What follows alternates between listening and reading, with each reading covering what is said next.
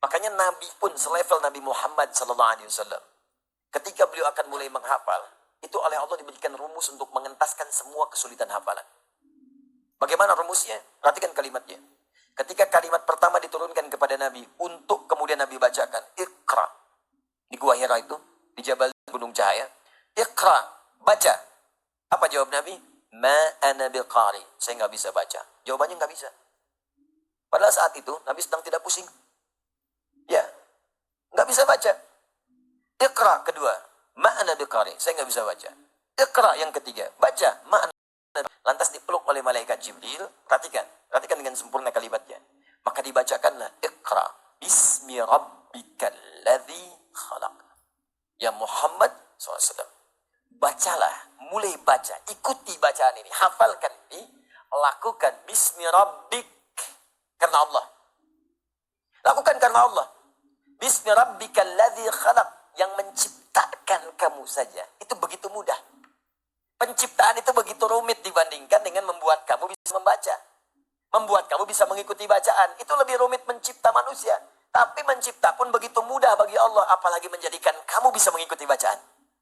Jadi kalau engkau jadikan semuanya karena Allah, bismillahirrahmanirrahim, karena Allah yang merawatmu. Karena Allah yang memberikan kemampuan kepadamu. Karena Allah yang memudahkanmu.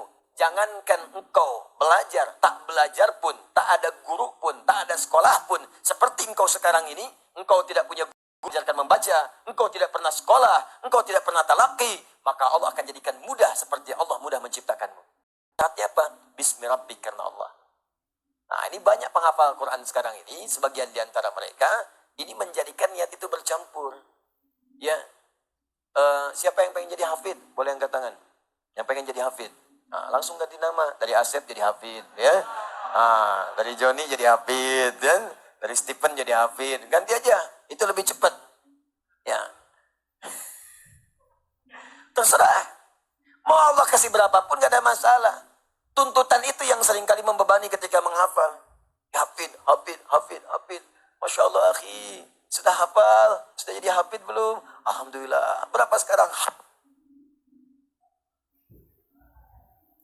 Ya kan?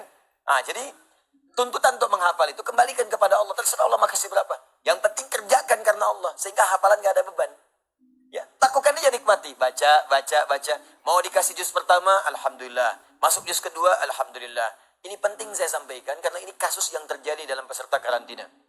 Ya, ada peserta karantina di awal itu. Kami kemarin ada angkatan pertama karantina. Tiba-tiba si anak ini susah. Sepekan juz pertama itu sulit. Baca susah, menghafal sulit, tanya nggak masuk-masuk. Nah, kemudian kita coba bertanya, kenapa? Ya Ustaz, doakan saya jadi hafidhah. Ya langsung ganti nama aja jadi hafidhah. Nggak usah ikut karantina. Lakukan semua karena Allah. Allah pasti akan bukakan. Jangan jadi beban. Seakan-akan kamu tuh dikejar jadi beban, capek disimpan. Quran itu nikmat. Dan Allah itu senang dengan hamba yang menikmati ibadahnya. Sehingga tidak terpaksa mengerjakan la ikraha fid din. Nggak ada paksaan dalam ad-din. Nggak ada paksaan dalam ibadah. Ad-din itu kan Islam. Inna dina indallahil Islam. Islam itu turunannya ibadah. Syahadat, sholat, zakat, puasa, baca Quran, haji, dan seterusnya. Itu Islam. Dan Allah senang dengan orang-orang yang ibadah tanpa terpaksa. Nikmat gitu ibadahnya itu. Karena itu ketika itu Allah akan berikan kemaksimalannya.